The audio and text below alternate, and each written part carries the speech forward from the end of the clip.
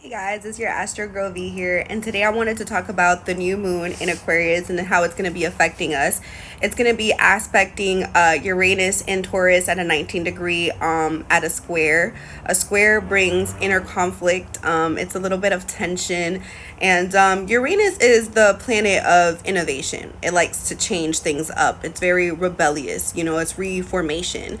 It could feel very unpredictable and unsettling, especially if you're a person like me who doesn't like change, and likes to conform and likes comfortability, especially because it's in Taurus. It's definitely going to be pushing us to not lay in bed all day, not be a couch potato, even if those are the things that we want to do, because Taurus is pretty lazy. It's very materialistic.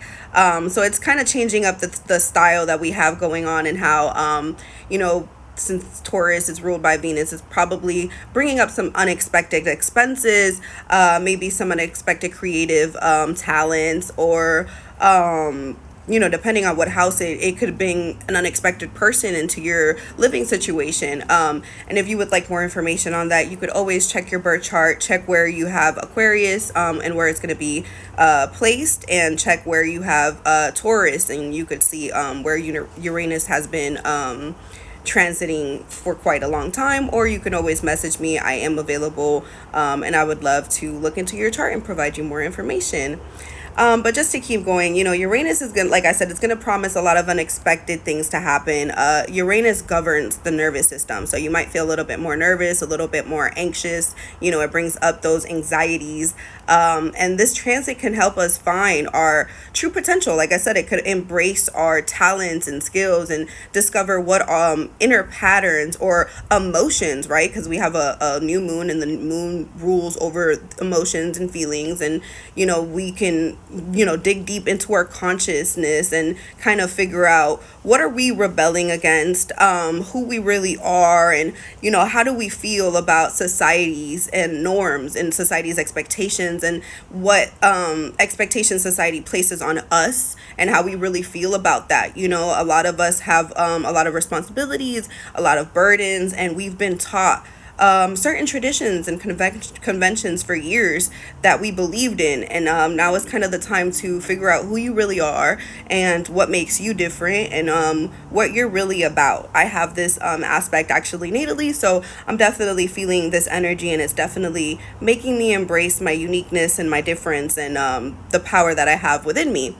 But it also activates our crisis mode. It makes us feel very chaotic. It makes us feel very unstable. Uranus influences our impulsivity. It makes us it lets us know when a relationship is not working out. It lets us know when a person isn't right for us. It's like kind of like that little intuition that's kind of steering you where you might think it's the wrong way, right? Because sometimes our gut feelings make us think that that inner self-doubt, anxiety, right?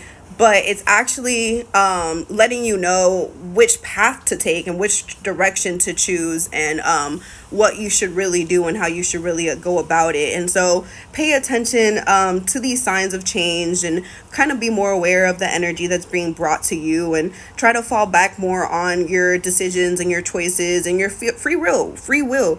I like to talk about free will a lot, and I like to tell people that free will is it does exist. We all have choices. We all have decisions. God put us on this earth to figure out what we should do. There really isn't no right or wrong answer. There really isn't no test. It's not a game. It's just more like you get to decide which way your character goes. I don't know if you watch anime, you've seen Sword Art Online, and that's one of my favorite animes, and this is like how my brain connects it. In Sword Art Online, you could be the main character and you can go fight the big boss, or you can just end up living in one of the towns and create your own family. You could play the smaller levels the rest of your life because that's what you like. You could go fishing on a boat and just chill.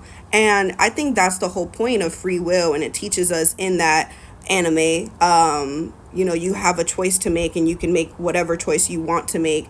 And depending on the choice that you make, you might end up losing some friends. You might end up going to the mall. You could end up becoming a chef, whatever.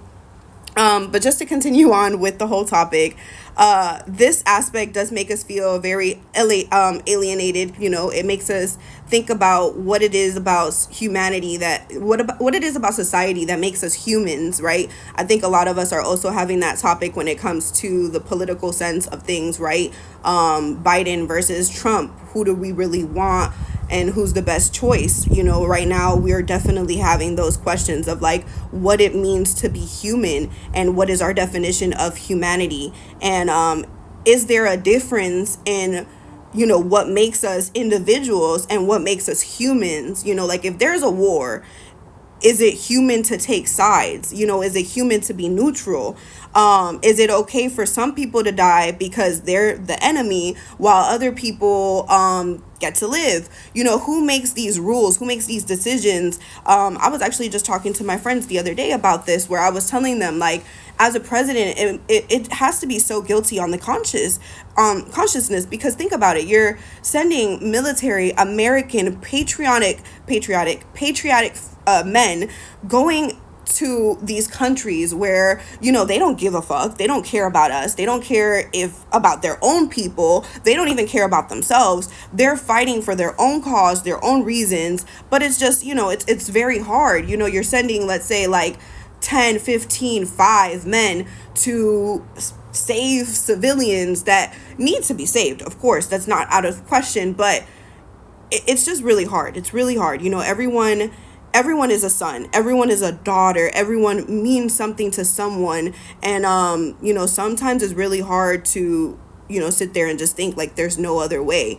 And you know, sometimes we want to believe there's always a better way. So I feel like right now as humanity, we're trying to find what is the better way. You know, what can we do to better our society, and stop operating on the theory of like good versus, but to find you know, what is required, what is willing for us to, you know, make society, our life, civilization better. We have to start operating on a, you know, what's good scenario versus bad scenario, what's right or wrong, what's correct or incorrect, you know, the whole black and gray scale. We need to start reevaluating what it is that motivates us, what our desires are, and you know, start asking ourselves, you know, if what really motivates us is helping humanity, or are we actually moving on a more ego based drive? You know, sometimes we have to kind of start looking into that inner awareness and,